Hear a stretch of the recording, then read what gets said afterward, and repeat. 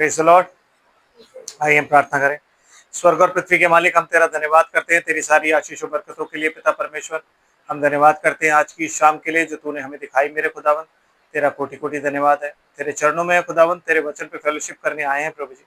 उन्हें देख के मेरे प्रभु तेरा आत्मा हमें गाइड करे और मेरे पिता परमेश्वर इस वचन की सच्ची बातों को हमें बताए, ताकि प्रभु जी उन बातों को हम जाने और जानकर मेरे प्रभु जी तेरी हुजूरी में बढ़ने वाले हो सकें। पिता, अपने आप को तेरे हाथों में सुपुर्द करता हूँ खुदावन, तेरी आत्मा का मसर है, ताकि जो कुछ भी बोले प्रभु जी वो तेरा आत्मा ही बोले। मनुष्य की रीति पर कुछ ना बोला जाए प्रभु जी। जो तेरा आत्मा गाइड करता है, जो तेरा आत्मा बताना चाहता है, वही बोला जाए मेरे प्रभु। सुनने वालों के कानों और हृदय को डेडिकेट कर, ताकि तेरी आवाज़ कानों से होते हुए हृदय में प्रवेश करे और खुदावन प्यारे बाप तेरा वचन उनके हृदय रूपी पट्टियों पर लिखा रहे। हम सब कुछ तेरे हाथों में सुपुर्द करते हैं खुदावन, तुझसे इल्तिजा करते हैं इस भवन के चारों ओर तेरा दूध छावनी के रहे, ताकि कोई डिस्टर्बेंस क्रिएट ना हो। आत्मा सच्चाई से हम तेरी इबादत करें। सब कुछ तेरे हाथों में सुपुर्द करते हुए प्रभु जी, सारा आदर, सारी महिमा, सारा धन्यवाद हम तुझे देते हैं पिता। और मेरे परमेश्वर, अपनी इस धन्यवाद की भेंट को और प्रार्थना को अपने किसी खूबी लियाकत से नहीं, वरन आपके प्यारे बेटे यीशु मसीह के अद्भुत नाम में आपकी पवित्र वेदी पर समर्पित करते हैं। दया से आप इसे सुने और ग्रहण करें। आमीन। आइए हम परमेश्वर के वचन में चलते हैं। हम परमेश्वर के वचन से निकालेंगे मत्ती की इंजील, उसका 13 अध्याय।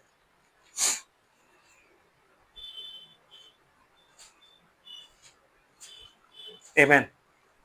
मत्ती की इंजील 13 अध्याय 24 आयत से आपके सामने पढ़ता हूँ। यहाँ यूं लिखा है, उसने उन्हें एक और दृष्टांत दिया कि स्वर्ग का राज्य उस मनुष्य के समान है जिसने अपने खेत में अच्छा बीज बोया। जिसने पर जब लोग सो रहे थे तो उसका बैरी आकर गेहूं के बीज, जंगली बीज बोकर चला गया। जब अंकुर निकले और बालें लगी तो जंगली दाने भी दिखाई दिए। तब उस गृहस्थ के दासों ने आकर उससे कहा, हे स्वामी, क्या तूने अपने खेत में अच्छा बीज ना बोया था? फिर जंगली दाने के पौधे उसमें कहाँ से आए? उसने उनसे कहा, यह किसी बैरी का काम है।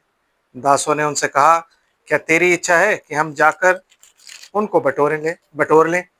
उसने कहा, ऐसा नहीं, ना हो कि जंगली दाने के पौधे बटोरते हुए उनके साथ गेहूं भी उखाड़ लो। कटनी तक दोनों को एक साथ बढ़ने दो, और कटनी के समय मैं बटोरने वालों से कहूँगा, पहले जंगली दानों के पौधे बटोर कर जलाने के लिए उनके गट्ठे बांध लो, फिर गेहूं को मेरे खत्ते में इकट्ठा करो। आमीन। परमेश्वर की आशीष उसके पवित्र वचन के पढ़े और सुने जाने पर खुदा उन प्रभु यीशु मसीह के नाम में हमेशा होती रहे। आमीन। Thank you Lord Jesus. धन्यवाद करते हैं। आप लोग बैठ जाइए। आमीन। एक्चुअली दृष्टांत यीशु मसीह के जो हैं वो हमें बहुत कुछ बताते हैं, हमारी कंडीशन, चर्च की कंडीशन, एजेस की कंडीशन, इन सब के बारे में। तो दृष्टांत वो यूं ही नहीं देता था, उसके दृष्टांतों के पीछे कोई ना कोई मायने जरूर होते थे। तो वो दृष्टांत इसीलिए होते थे ताकि हम प्रभु की चीज़ों को सीखें। इसलिए नीति वचन कहता है कि नीति वचन इसलिए दिया गया है, इसलिए हम पढ़ते हैं ताकि हम दृष्टांतों को समझ सकें कि एक्चुअली जो बाइबल में दृष्टांत हैं वो क्या हैं। आमीन। तो इससे पहले कि मैं आपको ये वाला दृष्टांत एक्सप्लेन करूं, हमें ये जानना बहुत ज़रूरी है कि बीज जो है वो क्या होता है, अच्छा बीज और जंगली बीज क्या होता है। तो उसके लिए हम निकालते हैं मत्ती की इंजील और उसका 13 अध्याय, और पहली आयत से हम थोड़ा सा पढ़ते हैं क्या लिखा हुआ है। उसी दिन यीशु घर से निकलकर झील के किनारे जा बैठा, और उसके पास ऐसी बड़ी भीड़ इकट्ठी हुई कि वह नाव पर चढ़ गया, और सारी भीड़ किनारे पर खड़ी रही, और उसने उनसे दृष्टांतों में बहुत सी बातें कही। और एक बोने वाला बीज बोने निकला, और बोते समय कुछ बीज मार्ग के किनारे गिरे। हाँ जी। और पक्षियों ने आकर उन्हें चुग लिया। जी। कुछ बीज पथरीली भूमि पर गिरे, जी। जहाँ उन्हें बहुत मिट्टी ना मिली, और गहरी मिट्टी न मिलने के कारण वे जल्द उग आए। हाँ जी। पर सूरज निकलने पर वे जल गए, और जड़ न पकड़ने से सूख गए। कुछ बीज झाड़ियों में गिरे, और झाड़ियों ने बढ़कर उन्हें दबा डाला। और कुछ बीज अच्छी भूमि पर गिरे, और फल लाए, कोई 100 गुना, कोई 60 गुना, कोई 30 गुना। मतलब जो अच्छी भूमि पर बोए गए थे, मत्ती की इंजील में क्या लिखा हुआ है? कोई 100 गुना, कोई 60 गुना और कोई 30 गुना। आमीन। लेकिन देखते हैं मरकुस हमें क्या समझा रहा है। तो जी मरकुस के पास चलते हैं, क्या कहता है मरकुस। हम निकालते हैं मरकुस की इंजील, उसका 20 अध्याय, सॉरी उसका 4 अध्याय, 20 तो है ही नहीं मरकुस में। आमीन। ठीक है जी, तो मरकुस की इंजील निकालते हैं, उसका 4 अध्याय पहली आयत से पढ़ते हैं, क्या लिखा हुआ है? वह फिर झील के किनारे उपदेश देने लगा और ऐसी बड़ी भीड़ उसके पास इकट्ठी हो गई कि वह झील में एक नाव पर चढ़कर बैठ गया जी। और सारी भीड़ भूमि पर झील के किनारे खड़ी रही। ओके, इसको यहीं छोड़ देते हैं और यहां से हम चलते हैं सीधा 5वीं आयत पे, 4थी आयत पे चलते हैं। बोते समय कुछ मार्ग के किनारे गिरा, कुछ मार्ग के किनारे गिरा और पक्षियों ने आकर उसे चुग लिया। कुछ पथरीली भूमि पर गिरा जहाँ उसको बहुत मिट्टी ना मिली और गहरी मिट्टी ना मिलने के कारण जल उग आया और जब सूर्य निकला तो जल गया और जड़ न पकड़ने के कारण सूख गया। कुछ झाड़ियों में गिरा और झाड़ियों ने बढ़कर उसे दबा दिया और वह फल न लाया। परंतु कुछ अच्छी भूमि पर गिरा और वह उगा और बढ़कर फलवंत हुआ और कोई 30 गुना, कोई 60 गुना और कोई 100 गुना फल लाया। मरकुस में जब हमने मत्ती में पढ़ा था तो 100, 60 और 30 था। मरकुस में जब हम पढ़ते तो क्या बोलता है? कोई 30, 60 और 100। ये असेंडिंग है, वो डिसेंडिंग ऑर्डर है। आमीन। तो थोड़ा सा इसका एक्सप्लेनेशन भी हम देख लेते हैं कि यीशु मसीह कैसे हमें एक्सप्लेन करता है इस दृष्टांत को। सिस्टर थोड़ा सा आप इसको पढ़ दीजिए नीचे से 14 आयत से। बोले वाले का वचन, आप एक काम कीजिए, आप इसको 12 आयत से पढ़िए। इसलिए कि वे देखते हुए देखें और उन्हें सुलझाई ना पड़े। देखिए, देखते हुए देखें लेकिन सुझाई ना पड़े। तो यहाँ पे देखने का मतलब वो नहीं है कि आप देख रहे हैं, देखने का मतलब होता है समझना। इसीलिए निकोदेमस को यीशु मसीह ने क्या बोला कि तू परमेश्वर के राज्य को देख भी नहीं सकता। तो परमेश्वर के राज्य के बारे में जब उन्होंने पूछा तो बोलता कि प्रकट में नहीं तुम्हारे सामने आएगा कि यहाँ है या वहां है, तुम्हारे अंदर है। तो वहां देखने का मतलब क्या होता है? समझना। आमीन। समझ रहे? यस। तो सिस्टर क्या लिखा हुआ है? और सुनते हुए सुने भी ना। अब चेले उससे कह रहे थे कि यार तो परमेश्वर के राज्य, तू ये दृष्टांतों में उनसे क्यों बातें करता है? तो यीशु मसीह ने उनको जवाब दिया कि तुम्हें समझ दी गई है स्वर्ग के राज्य की, लेकिन उनको नहीं दी गई। तो वो एक्सप्लेन कर रहा है कि क्यों। हाँ जी। वे देखते हुए देखें और उन्हें सुझाई ना पड़े और सुनते हुए सुने भी और ना समझे जी। ऐसा न हो कि वे फिरे और क्षमा किए जाएं। Which means ऐसे बहुत से लोग इस दुनिया में तब भी पाए जाते थे और आज भी पाए जाते हैं कि यीशु मसीह नहीं चाहता कि वो देखते हुए देखें और समझे, सुनते हुए सुने और रिसीव करें और बचाए जाएं, कि वो क्षमा किए और बचाए जाएं। तो इसका मतलब है आप और मैं जिस कैटेगरी में आते हैं ना, वो कैटेगरी बड़ी ब्लेसेड कैटेगरी है कि खुदा ने हमें एक ऐसी जगह पे लाके खड़ा किया जहां उसने हमें क्षमा दी है। तो हमारा उद्धार उसने किया है, हमने उसे उद्धारकर्ता ग्रहण किया है नहीं होता, उसने हमारा उद्धार किया है, विश्वास रूपी दान हमें दिया है। पढ़िए कैसे, मैं आपको बताता हूँ जी। उसने उनसे कहा, क्या तुम ये दृष्टांत नहीं समझते? हाँ, फिर तो फिर और सब दृष्टांतों को कैसे समझोगे? मतलब ये दृष्टांत एक ऐसा दृष्टांत है जिसे अगर हम नहीं समझे तो बाकी दृष्टांत हम नहीं समझ पाएंगे। आमीन। तो जो हमारी नींव है दृष्टांतों की वो ये है। इसलिए 13 अध्याय जब शुरू होता है तो सबसे पहला दृष्टांत यही है। और वो कहता है अगर तुम इसको नहीं समझ रहे हो ना तो तुम बाकी दृष्टांत भी नहीं समझ पाओगे। कैसे समझोगे तुम बाकी? आमीन। तो ऐसा इस दृष्टांत में क्या है कि आपको बाकी समझने हैं दृष्टांत इसके जरिए। तो हम सुनते हैं यीशु मसीह क्या कहता है। बोने वाला वचन बोता है। ओके, विच मीन्स परमेश्वर का जो वचन है, परमेश्वर का जो बीज है, बीज वचन को दर्शाता है। यही दृष्टांत जो दृष्टांत मैंने अभी पढ़ा था उसको एक्सप्लेन करेगा। मैं इसलिए पहले ये समझा। तो इस बात को आप नोट करके रखें कि यीशु मसीह क्या बता रहा है कि बीज क्या है? वचन। कि जो बोता है वो क्या बोता है? वचन बोता है। आमेन। सिस्टर जी। बोने वाला वचन बोता है। हाँ जी। जो मार्ग के किनारे के हैं, जहाँ वचन बोया जाता है। हाँ। ये वह है कि जब उन्होंने सुना तो शैतान तुरंत आकर वचन को जो उनमें बोया गया था उठा ले जाता है। देखिए, ये जो कंडीशन है ना, ये चर्च की कंडीशन है। आमेन। एक चर्च में कई तरीके के विश्वासी होते हैं, राइट। अगर आप एक स्टेज पे रह जाते हो तो वहां क्या होता है, उससे नेक्स्ट स्टेज पे क्या होता है, उससे नेक्स्ट स्टेज पे क्या होता है, यहाँ पे सब चीजें बताई गई।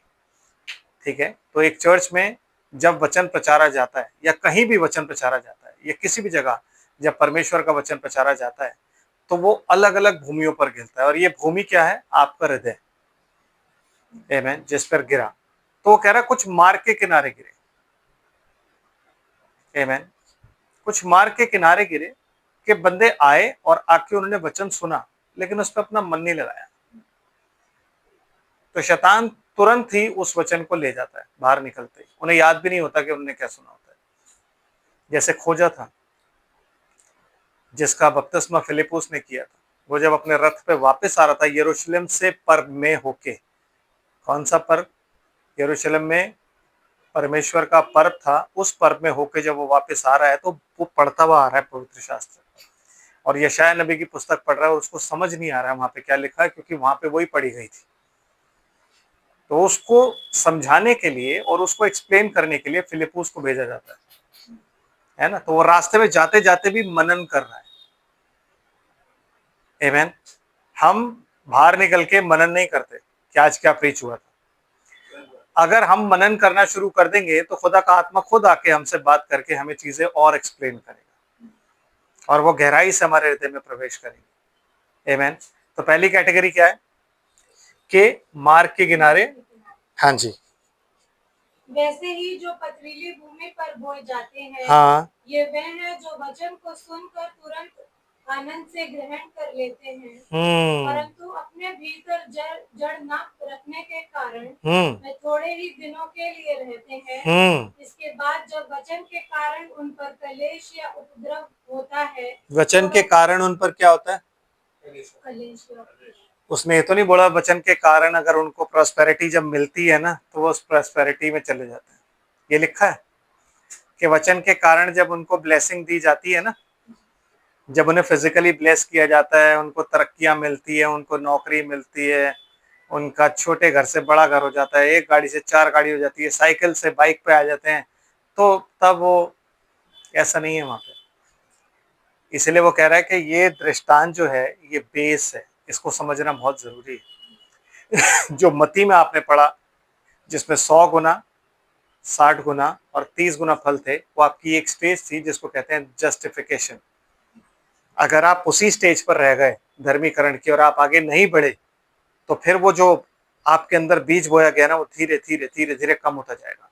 कि स्टार्टिंग में तो आप 100 गुना फल लाओगे, लेकिन वो धीरे धीरे 60 पे आएगा, फिर धीरे धीरे 30 पे आएगा, और धीरे धीरे गायब हो जाएगा। आमेन। उससे अगली स्टेज मरकुस पे आती है कि चलो आपने वो हिस्सा पार कर लिया। वो पार करके जब आप आगे आते हो, तो आपकी स्टेज कौन सी हो गई? अब आपकी स्टेज हो गई जिसमें आप सैंक्टिफिकेशन में आते हैं। आमेन। तो तीनों के अलग अलग हैं, और तीनों के अलग अलग मतलब हम समझना चाहते हैं आज। लेकिन किसी भी जगह पे यीशु मसीह ने प्रॉस्पेरिटी प्रीच नहीं करी है। किसी भी जगह पे यीशु मसीह ने ये नहीं बोला है कि वचन सुनने के बाद, या तुम आने के बाद, जब तुम मेरा वचन सुनोगे, उसके बाद तुम पर आशीषें उंडेल दूंगा। मैं जो फिजिकल आशीषें जो आजकल प्रीच होती हैं, वो उंडेल दूंगा। मैं क्यों आपको ये बात बता रहा हूं? उसका रीजन है जंगली बीज, आमेन, और गेहूं का बीज, फर्क क्या है, ये आपको मालूम होना चाहिए। और यही दृष्टांत आपको फर्क बताएगा। क्यों कह रहा है? वचन की खातिर क्या पड़ेगा तुम पर? कलेश, उपद्रव, ये सब चीजें होंगी। और जब ये सब चीजें होंगी, तो उसके बाद जो तुम्हारा जो फल है, वो फलेगा नहीं। क्यों? क्योंकि तुम्हारा हृदय वैसे ही पत्थर का है। आमेन। बीज वहां पे जाके पड़ा तो सही, लेकिन जड़ ही नहीं ला सकता था, क्योंकि पत्थर का था। लेकिन धन्य है वो लोग जिनके लिए परमेश्वर कहता है कि मैं तुम्हारे हृदय से तुम्हारे अंदर से, तुम्हारी देह से पत्थर का हृदय निकाल कर तुम्हें मांस का हृदय दूंगा। हाँ, वो लोग कौन से लोग हैं? जो उसके चुने हुए हैं, जो बुलाए हुए हैं, जिनको जब वो वचन सुनाता है तो वो ऐसी भूमि पर गिरता है कि फलता है। उन्हें मांस का हृदय दिया गया है। आमीन। समझ रहे? जो तमाम डिसेप्शन को समझ जाते हैं, जिनको पता होता है कि हाँ क्या चल रहा है। यस सिस्टर जी, फिर आगे क्या लिखता है? इसके बाद जब वचन के कारण उन पर कलेश या उपद्रव होता है तो वे तुरंत ठोकर खाते हैं। यस, फिर जो झाड़ियों में बोए गए हैं, हाँ जी, ये वे हैं जिन्होंने वचन सुना और संसार की चिंता। देखो, यीशु मसीह ने कहा था 3 चीजें हैं, संसार की चिंता, जीवन की चिंता, जीवन की चिंता और खुमारी और मतवालापन, ये 3 चीजें। तो जब आप वचन को सुन लेते हो, आप झाड़ियों में पड़ा, भाई झाड़ियां उगी हुई हैं तो वचन भी उगेगा। आमीन। समझ रहे हो? ये झाड़ियां जो हैं, ये एक तरीके का संसार है ब्रदर। ये संसार की उलझने हैं जिसमें हम फंसे हुए होते हैं। जिस झाड़ी से वो मेढ़ा जो अब्राहम ने बलि किया था खुदा के लिए इसाक की जगह, फंसा हुआ था, वो झाड़ी हम ही थे। मसीह हमारे लिए ही परेशान था, उसे हमारे लिए ही दुख उठाना था, और वही झाड़ियों का, वही कटीली तारों का ताज उस पर पहनाया गया उसको, उन्हीं झाड़ियों का, वो हम ही थे। आमीन। हम कांटे थे उसके लिए, लेकिन फिर भी उसने हमें अपने सर पे रखा, और हमें अपने सर पे रख के उसने हमें ग्लोरीफाई किया। हम आज भी उसके सर में उन कांटों की तरह हैं जो उसको तकलीफ देते हैं, लेकिन वो उन ताज को उतारता नहीं है कभी। वो ताज को कभी नहीं उतारता, वो पहने रहता उस ताज को, हमें ताज की तरह अपने ऊपर रखता है। हम उसकी परेशानी का सबब हैं, और जब तक रहेंगे, जब तक कि रैप्चर नहीं हो जाता, जब तक हम परफेक्ट नहीं हो जाते, क्योंकि आज भी हमें कमियां घटिया पाई जाती हैं, बट स्टिल वो हमें पसंद करता है और वो चाहता है कि हम लोग बचाए जाएं। आमीन। फिर क्या होता है सिस्टर जी? और संसार की चिंता और धन का धोखा। धन का धोखा, क्योंकि जब भी आप बीज बोगे ना परमेश्वर का, तो पहली स्टेज क्या है? पहली स्टेज में तो अगर आपने सुना और सुन के आप भूल गए, तो ठीक है, शैतान का काम हो गया, वो आके बीज उठा के ले गया। अगर आपने सुना और सुन के अगर आपने उसको रखा और जड़ लाया और आप खुश हो गए, ठीक है, ये सेकंड स्टेज है। सेकंड स्टेज में क्या होता है? जब आपने अगर सुन लिया वचन, सुन के आपने अपने मन में रखा, बड़े खुश हुए कि यार आज क्या वचन भाई ने प्रीच किया था, अच्छा वचन था। लेकिन जब आप बाहर निकले और उस वचन को टेस्ट करने के लिए, जब आपकी परीक्षा होती है, वो परीक्षा में आप फेल हो जाते हैं, क्योंकि वचन की खातिर हमेशा आपकी परीक्षा होगी, टेस्ट होगा। बिना टेस्ट के कोई भी वचन नहीं होता। आमीन।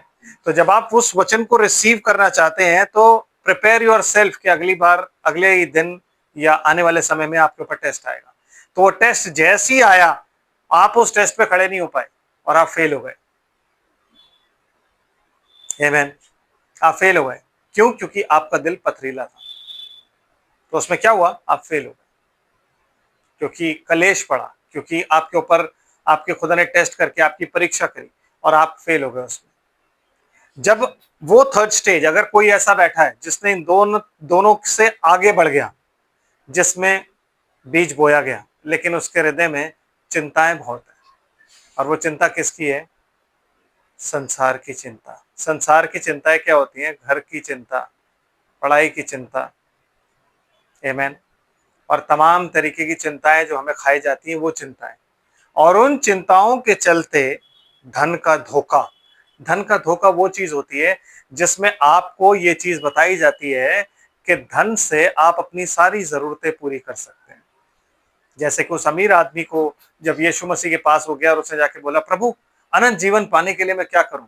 यीशु मसीह कहता, अपना सब कुछ बेच और मेरे पीछे हो ले। आमीन। और वो इस बात से बहुत निराश होता है और वापस चला जाता है। क्यों? क्योंकि धन का धोखा। ब्रदर, लोग सोचते हैं कि धन से I can buy anything bye money. आमीन। मैं इस पैसे से कुछ भी खरीद सकता हूं, लेकिन आप अनंत जीवन नहीं ले सकते। तो जब वो चला गया और रात को जब जाके सोया, क्योंकि जितना भी आप धनी के बारे में पढ़ोगे ना, धनी व्यक्ति वो एक ही व्यक्ति है। तो रात को जाके जब सोया और उसने क्या सोचा, अरे वो तो बेकार की बातें कर रहा था, हे मेरे मन, अनंत जीवन तो तेरे को मिल ही जाएगा।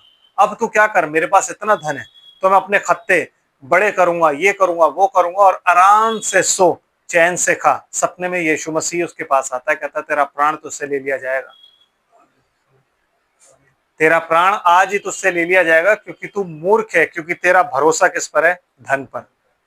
धन हमेशा हमें धोखा देता है कि, और धन को दिखा के जो लोग धोखा देते हैं वो इस कैटेगरी में आते हैं। इसलिए इसको क्या बोला जाता है? बेस। ये मेन दृष्टांत है जो हमें सीखना है। तो कोई भी व्यक्ति अगर हमें धन का धोखा दिखा के बोलता है नहीं, हम फैसिलिटेट हर चीज करेंगे आपको, और वो परमेश्वर के अनंत जीवन के कलेशों के बारे में आपको नहीं बताता, तो वो झूठा है। अगर मैं आपको आज कह दूं कि आप परमेश्वर के वचन में आ जाओ, खुदा आपकी सारी तकलीफें, सारे ये, मुझे आपको ये बताना है कि अपना क्रूस उठाओ और पीछे चलो, यीशु मसीह के पीछे चलो। चलते चलते यीशु मसीह आपकी जरूरतें पूरी करेगा, वांट्स कोई पूरी नहीं करेगा, चाहते कोई पूरी नहीं करेगा। आप खुद ही बोलते हो कि यहोवा मेरा चरवाहा है, और नो ब्रदर, इंग्लिश में आप कहते हो the Lord is my shepherd, I shall not want anything else except the Lord. आमीन। यहोवा मेरा चरवाहा है, मुझे और किसी चीज की चाहत नहीं है सिवाय यहोवा के। जरूरतें वो मेरी सारी पूरी करता है, और कुछ मैं नहीं चाहता। आमीन। असली ट्रांसलेशन अगर आप समझो तो वो ये है, मुझे कुछ घटी नहीं होगी। हाँ, तो हम जानते हैं घटी नहीं होगी, मतलब हम यही बोल बोल के तो मुझे कुछ घटी नहीं होगी लोगों को बरगला देते हैं कि कोई घटी नहीं होगी तुम्हें, खुदा तुमको बहुत आशीष देगा, तुम्हारे पास पैसा कौड़ी दौलत सब कुछ रहेगा, जो कि एग्जैक्टली कुशल है बोलते हैं हम सबको, जो कि यही बाइबल कहती है। जब वो तुमसे कहेंगे कुशल है तो विपत्ति अचानक आ पड़ेगी। तो ब्रदर, जब यहां से प्रीच हो रहा है ना वार्निंग कि आ जाओ, तो समझ लो असली वचन यही है, क्योंकि कुशल है कौन बोल रहे हैं? वो लोग जो भूसी हैं। जंगली बीज कभी भी आपको कुशल है नहीं बोलेगा, आती विपत्ति को देख के हमेशा ये बोलेगा कि विपत्ति आने वाली, अपने आप को संभालो। आमीन। तो वहां पे दो चीजें पाई जाती हैं। क्या? एक तो संसार की चिंता है कि अब क्या होगा और कैसे होगा, पेट्रोल के दाम, पेट्रोल नहीं है, गैस नहीं है, दाम बढ़ रहे हैं, कैसा चलेगा, किराया कैसे जाएगा, ये क्या होगा, वो क्या होगा। ये प्रेशराइज इसलिए किया जा रहा है क्योंकि रैप्चर नजदीक आ रहा है। अगर इस वक्त हम इस धोखे में आ गए ना कि हमें ज्यादा चिंता उसकी करनी है, इसी चिंता की वजह से तो फिर हमें ये बोला जाता है कि नहीं, ऐसी नौकरी पकड़ो जिस नौकरी में चलो ये तुम मिस भी कर जाओगे चर्च तो कोई बात नहीं, लेकिन कमाना भी तो है ना। तो वो धन का धोखा है ब्रदर। यही बात उस अमीर आदमी ने सोची थी, और इसी वजह से क्या बोला था उसको कि हे मूर्ख, आज ही रात तेरा प्राण तुझसे ले लिया जाएगा, क्योंकि उसका भरोसा किस पर था? धन पर। आमीन। उसको लगता था कि मैं धन से सब कुछ खरीद सकता हूँ, अनंत जीवन भी ले लूंगा। क्यों? क्योंकि मैं गरीबों को खाना खिलाता हूँ, क्योंकि वो कहता है सारे काम तो मैं करता हूँ। यीशु मसीह ने कहा आज्ञाओं को तो तू आज्ञाओं को, प्रभु ये तो मैं बचपन से मानता आ रहा हूँ। और वो मानता था, इसलिए यीशु मसीह ने मुस्कुरा के उसकी तरफ देखा। बस एक आज्ञा जो थी वो नहीं मानता था, और वो थी अपने परमेश्वर को अपने सारे मन, अपने सारे प्राण, अपनी सारी बुद्धि, अपनी सारी शक्ति, अपने तन मन धन से तू प्रेम कर, और सिर्फ उसी को प्रेम कर। ये चीज वो नहीं मानता था, बाकी सारी आज्ञा मानता था।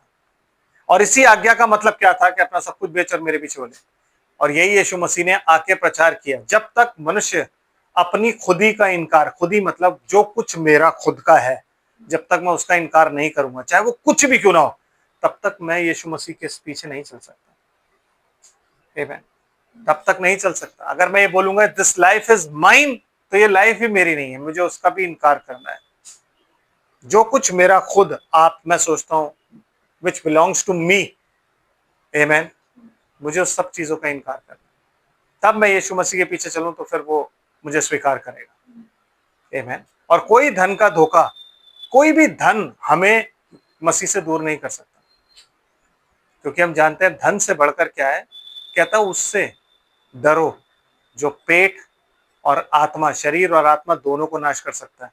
उनसे कभी मत डरना जो सिर्फ शरीर को नाश करते हैं। तो परमेश्वर वो है जो शरीर और आत्मा दोनों को नाश कर सकता है, इसलिए हमेशा उससे डरना चाहिए। आमीन। तो हमारा भरोसा किस पर है? मसीह पर, धन पर नहीं है। सिस्टर जी, और अन्य वस्तुओं का लाभ उनमें समाकर लोभ, वचन को दबा देता है। अन्य वस्तुओं का लोभ मतलब जब शैतान क्या देखता है, शैतान देखता है यार पहली कैटेगरी जो थी उसमें तो चलो मैंने उठा लिया, इसने वचन पे ध्यान ही नहीं दिया था।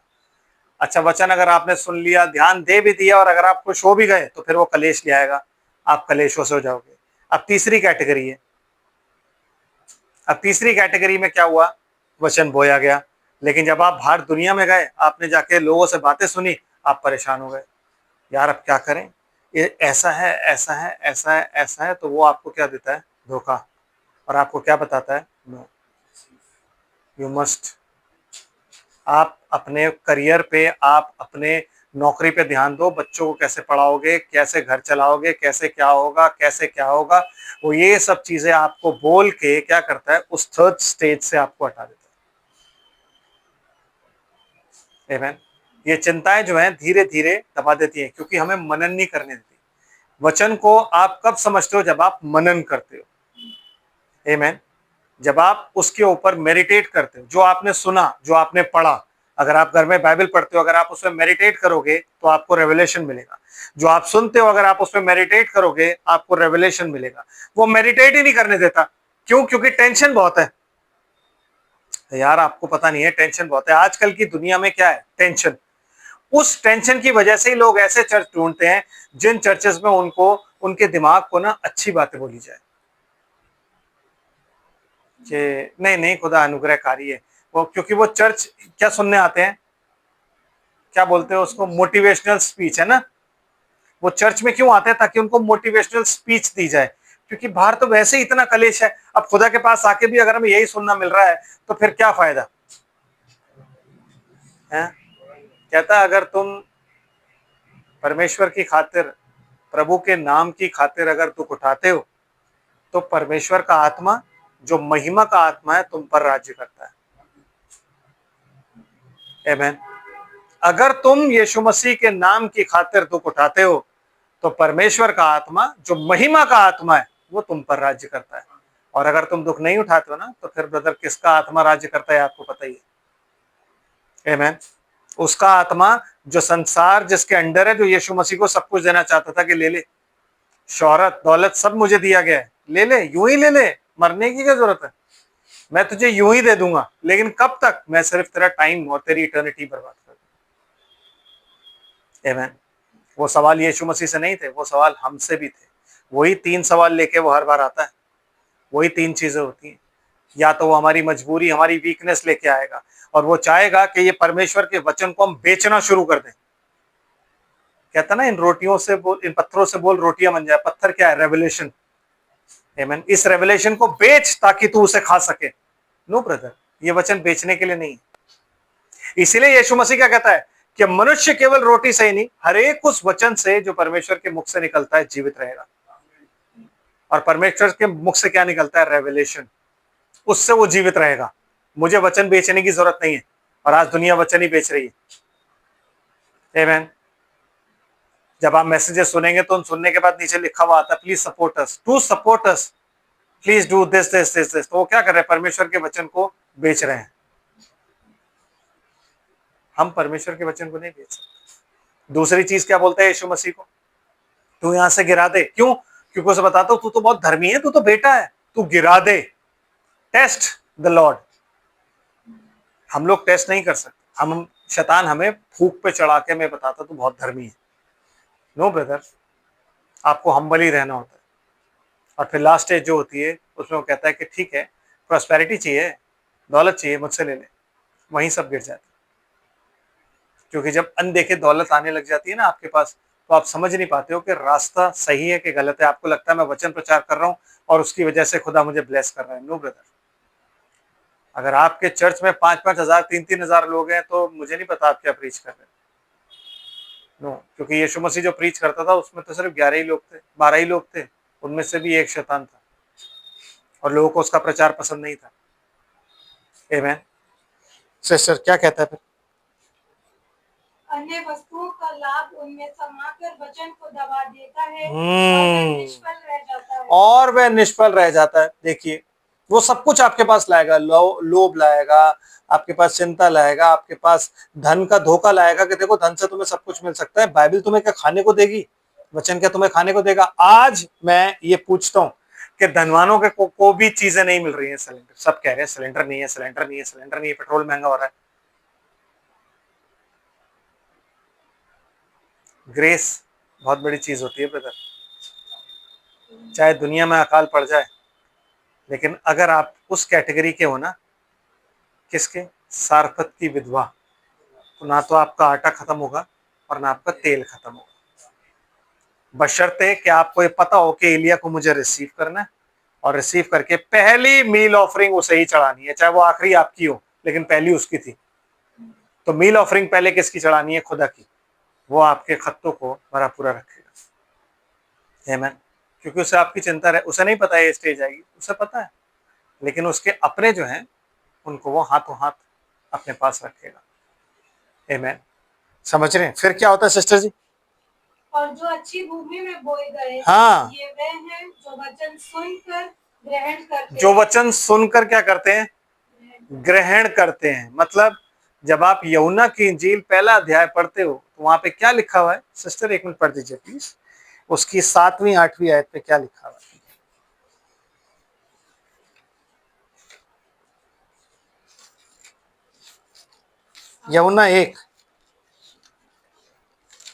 यूहन्ना 1 अध्याय, और नहीं, आप इसको 10वीं आयत से पढ़िए प्लीज, 10th वर्स। वह जगत में था और जगत उसके द्वारा उत्पन्न हुआ और जगत ने उसे नहीं पहचाना। वह अपने घर आया और उसके अपनों ने उसे ग्रहण नहीं किया। यस, परंतु जितनों ने उसे ग्रहण किया। ये किसकी बात हो रही है, वचन की बात हो रही है, क्योंकि वचन ही देहधारी हुआ था, आमीन। तो जितनों ने उसे ग्रहण किया वो लोग कौन थे? उसने उन्हें परमेश्वर की संतान होने का अधिकार दिया। उसने उन्हें परमेश्वर की संतान होने का अधिकार दे दिया ऑलरेडी। जितनों ने उसके वचन को, उसको ग्रहण किया, यीशु मसीह को जितनों ने ग्रहण किया उनको उसने परमेश्वर की संतान बना दिया। दैट इज व्हाई वो हमारा बड़ा भाई है, आमीन। सिस्टर जी फिर, अर्थात उन्हें जो उसके नाम पर विश्वास रखते हैं, आमीन। अर्थात उन्हें जो उसके नाम पर विश्वास रखते हैं। उसके नाम पर विश्वास रखने का मतलब है कि उसके नाम से बपतिस्मा लेते हैं, उसके नाम से प्रार्थना करते हैं। कहते हैं जो कुछ भी करो यीशु मसीह के नाम से करो। पौलुस ने बोला है ना, जो कुछ भी करो वो यीशु मसीह के नाम से करो। प्रार्थना कर रहे हो यीशु मसीह के नाम से करो। होली कम्युनियन है यीशु मसीह के नाम से है। बपतिस्मा है यीशु मसीह के नाम से है। अगर सारी चीजें यीशु मसीह के नाम से करनी है तो फिर बपतिस्मा पिता पुत्र पवित्र आत्मा के नाम से कैसे कर सकते हो आप? तो या तो पौलुस झूठा है या फिर कोई और झूठा है, आमीन। क्या कहता है सिस्टर फिर? वे ना तो लहू से, वो ना तो लहू से, मतलब हम लोग कहते हैं ना कि हम पैदाइशी ईसाई, हम तो बचेंगे, आमीन। क्यों? क्योंकि हम खानदानी ईसाई हैं, बाप दादे कब से चले आ रहे हैं। तो वो ना तो लहू से, वो लहू से पैदा नहीं हुए। आप खानदानी नहीं हो, कहते हैं ना हम खानदानी है, हमारे खून में मसीहत भरी हुई। आप खानदानी ईसाई होगे ना तो परमेश्वर आपको ग्रहण नहीं करेगा, क्योंकि जिन लोगों को वो ग्रहण करेगा वो लोग होंगे जो उसके वचन को ग्रहण करेंगे। भले ही आप क्रिश्चियन फैमिली में पैदा हुए हो, लेकिन परमेश्वर उसको कंसिडर नहीं करता। तो कहता वो ना तो लहू से और ना शरीर की इच्छा से, ना शरीर की इच्छा से। आप और मैं जितना मर्जी कोशिश कर लें कि हम प्रभु के पास चले जाएं या कोई हमें कुछ भी कह ले, हम उससे नहीं बच सकते ब्रदर एंड सिस्टर। शरीर की इच्छा कभी भी नहीं हो सकती। हमारा शरीर आत्मा के खिलाफ लड़ता है, ये बात मालूम है आपको? शरीर आत्मा के विरोध में काम करता है और आत्मा शरीर की क्रियाओं को मारती है। तो वो शरीर की इच्छा से भी नहीं पैदा हुए, आमीन।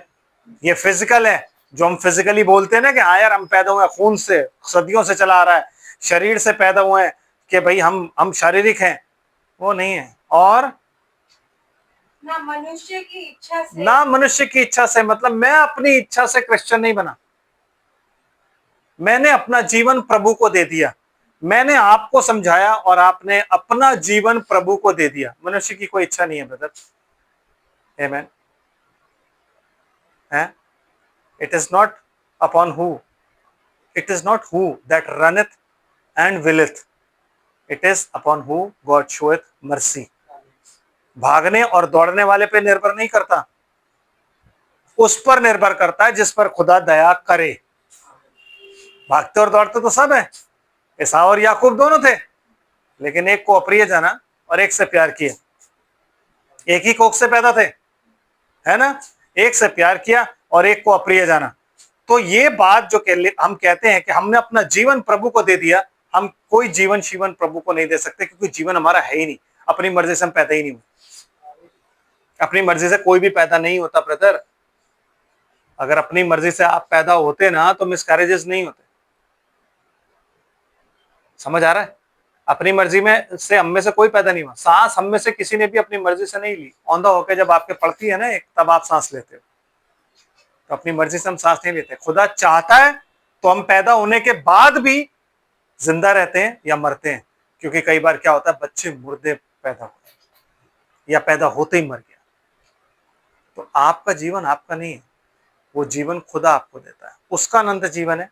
उसने अपने पुत्र में रख के दिया और पुत्र को हमें दे दिया। अब ये हमारे ऊपर है कि हम पुत्र को रिसीव कर रहे हैं या पिता, पुत्र और पवित्र आत्मा को रिसीव कर रहे हैं, क्योंकि पिता ने तो जीवन रख के पुत्र में दे दिया। अगर आप पुत्र को रिसीव करोगे तो जीवन आपके पास, नहीं करोगे तो फिर पिता भी कह देगा मैं क्या करूं, जीवन तो मेरे पास नहीं था, मैंने पुत्र में रख के तुम्हें दिया। बाइबल में लिखा है, इस बाइबल में लिखा है कि पिता ने अनंत जीवन पुत्र के में रख के हमें दे दिया। अब उसके पास वो अनंत जीवन नहीं, अनंत जीवन किसके पास? यीशु मसीह के पास। आमीन। और जितने लोग यीशु मसीह को ग्रहण करते हैं उनके पास अनंत जीवन है और वो परमेश्वर के पुत्र कहलाए जाते हैं। आपके सामने अभी लिखा हुआ है। आमीन। और वो ना लहू से, ना शरीर से और ना मनुष्य की इच्छा से। आप जितना मर्जी क्रिश्चियन फैमिली में पैदा हो जाओ, ये आपकी इच्छा से नहीं होगा। कैसे पैदा है? परंतु परमेश्वर से उत्पन्न हुए हैं। आमीन। वरन वो कौन लोग हैं जो परमेश्वर से उत्पन्न होते हैं? वो लोग होते हैं जो परमेश्वर के। इसीलिए निकोदेमुस ने जब यीशु मसीह से पूछा ना, तो यीशु मसीह ने नहीं बोला तू ये चर्च ज्वाइन कर लेना, वो चर्च ज्वाइन कर लेना, या तू तो फरीसी है, तेरे को टेंशन लेने की जरूरत नहीं है, तू तो पहुंचेगा ही पहुंचेगा। नो, उसने क्या कहा, जब तक तू नया जन्म ना प्राप्त करे तू परमेश्वर के राज्य को नहीं देख सकता। जल और आत्मा से ना जन्मे तब तक तू परमेश्वर के राज्य को नहीं देख सकता। आप समझ रहे बात को? हमारा जन्मना बहुत जरूरी है। चर्च की मेंबरशिप हमें कहीं ऊपर नहीं लेके जाएगी, मैं आपको फिर बता रहा हूं, ये धोखा है, आप धोखे में हैं।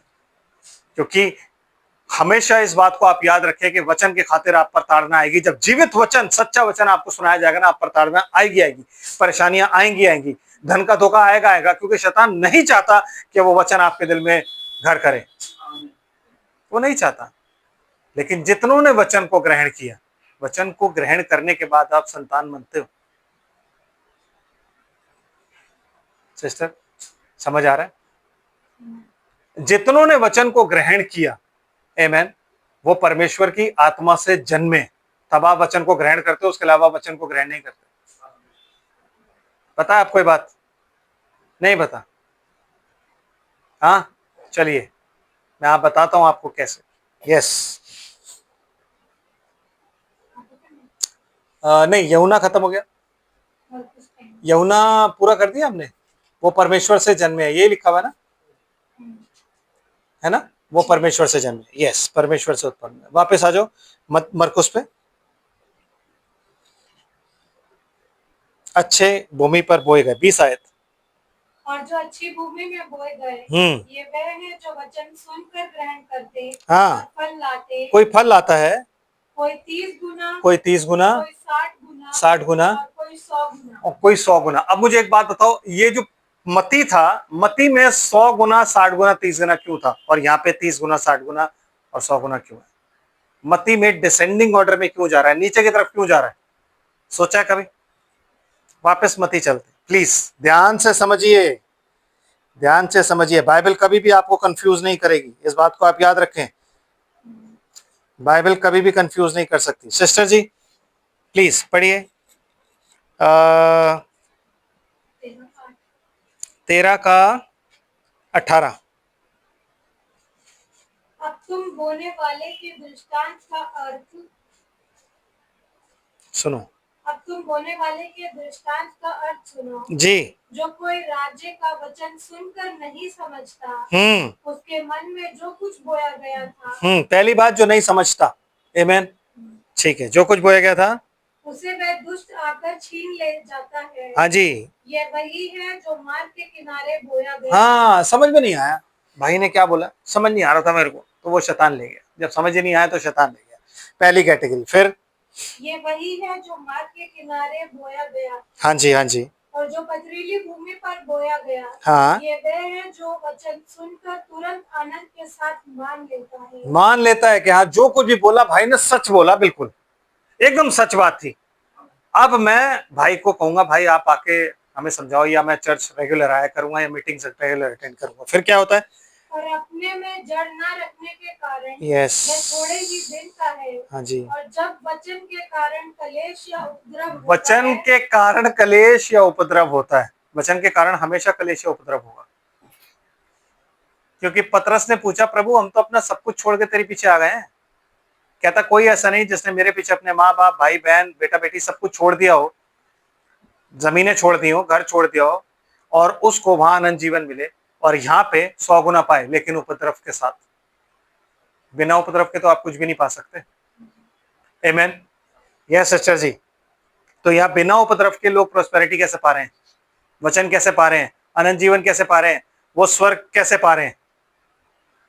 समझ रहे हैं? Yes sister.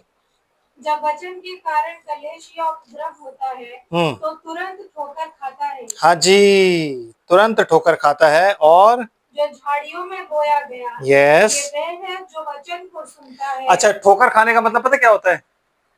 हैं? अरे भैया हम पहले ही ठीक थे। ये मैंने अपने कानों से सुना है कि अरे भैया हम पहले ही ठीक थे। क्यों? जब से हम ये वचन सुनने लग गए हैं ना, तब से भैया बड़ी परेशानियां हो गई हैं, बड़ी दिक्कतें खड़ी हो गई हैं।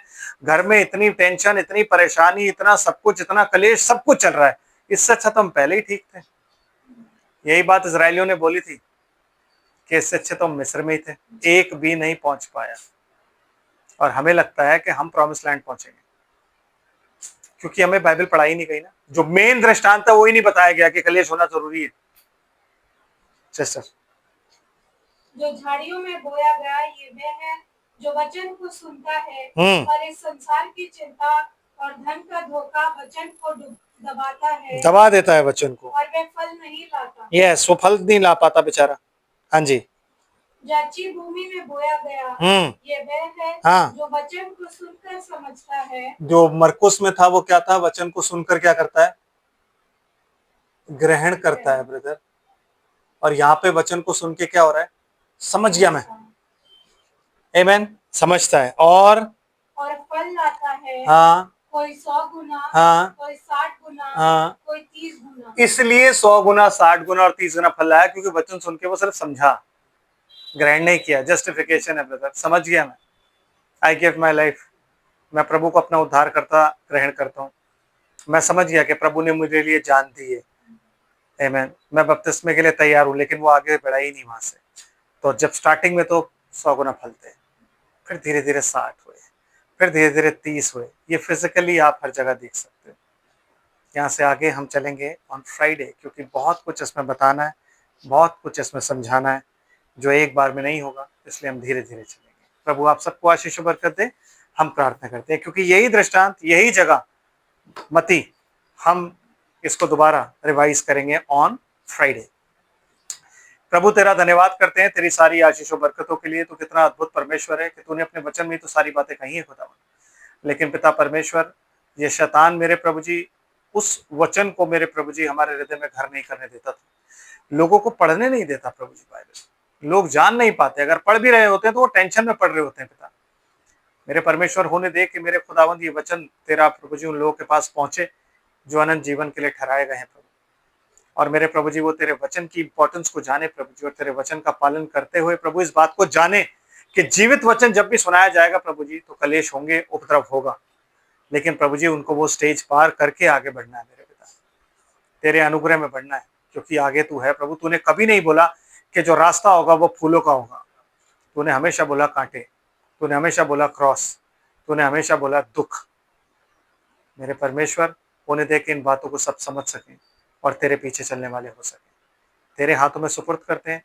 धन के धोखे से बचा प्रभु जी, जीवन की चिंताओं से बचा प्रभु जी, और अपने अनुग्रह में बढ़ा। सबको प्रभु यीशु मसीह के नाम में ब्लेस करता हूँ। तेरी ब्लेसिंग्स बनी रहे इस रात में। तू सबका निगहबान हो, अपनी अनुग्रह की दृष्टि बनाए रख। तेरे अनुग्रह के बारे में सब कुछ पाया जाए, तेरा दूध छावनी किया रहे। सबके जीवन तेरी अनुग्रह रूपी गठरी में बंधे रहे और तेरा दूध छावनी किया रहे। तू सबका रक्षक और मुहाफिज हो प्रभु जी। हर घर परिवार संपत्ति रोजगार तेरे अनुग्रह के बारे में हो। तेरा दूध छावनी किए रहे मेरे प्रभु परमेश्वर और मेरे पिता। तुझ में सब कुछ सुरक्षित पाया जाए। इन सबको इस रात में मीठी नींद दान कर। बच्चे लोग वापस जाएंगे घर, अभी तो मददगार हो, सही सलामत पहुंचा। तेरा दूत इन्हें सही सलामत ले जाए प्रभु जी। ये आराम से चैन से पूरा, जितने लोग सुनते हैं प्रभु जी, बाद में सुनेंगे, उन्हें ही ब्लेस करना प्रभु। और चर्च के तमाम लोगों को मेरे प्रभु तू मीठी नींद दान कर, चैन से सोए, धन्यवाद के साथ सुबह उठकर अपने दिन की शुरुआत प्रभु यीशु मसीह के नाम में करें। ये याद रखें कि तू जिंदा परमेश्वर है और तू आज भी कार्य करता है। तूने प्रभु जी इस पृथ्वी की जो प्रॉस्पेरिटी है और शौहरत है, वो हमें प्रॉमिस नहीं करी प्रभु जी। तूने जो प्रॉमिस किया प्रभु जी, वो तेरा आत्मा है, वो महिमा का आत्मा है, जो हम पर तब राज्य करेगा, हम पर तब वास करेगा, जब प्रभु जी तेरे नाम की खातिर हम दुख उठाएंगे। तेरे अनुग्रह की दृष्टि हम पर बनी रहे। सारा आदर महिमा धन्यवाद तुझे देता हूँ। तू सबका निगहबान हो। पिता परमेश्वर, मुल्क इस्राएल और यरूशलेम को ब्लेस करते हैं। यूनिवर्सल ब्राइड को ब्लेस करते हैं। अपने टेंडर के प्रोटेक्शन में तू उसे रखना। फाइव-फोल्ड मिनिस्ट्री के निमित्त जो सेवक काम करते हैं प्रभु जी, तेरी समय सिविल और परफेक्ट विल के अनुसार उनको ब्लेस करते हैं। तू उन्हें भी अपने टेंडर के प्रोटेक्शन में रख। खुदावंद, शांति और सलामती मुल्क इस्राएल में बनी रहे और मेरे प्रभु तू अपना अनुग्रह बनाए रख। जहाँ हमारे चर्च के लोग रहते हैं, उन जगहों को सुरक्षित रख। शहरों की सुधि ले। भूखे जो तेरी दुहाई देते हैं खाना दे।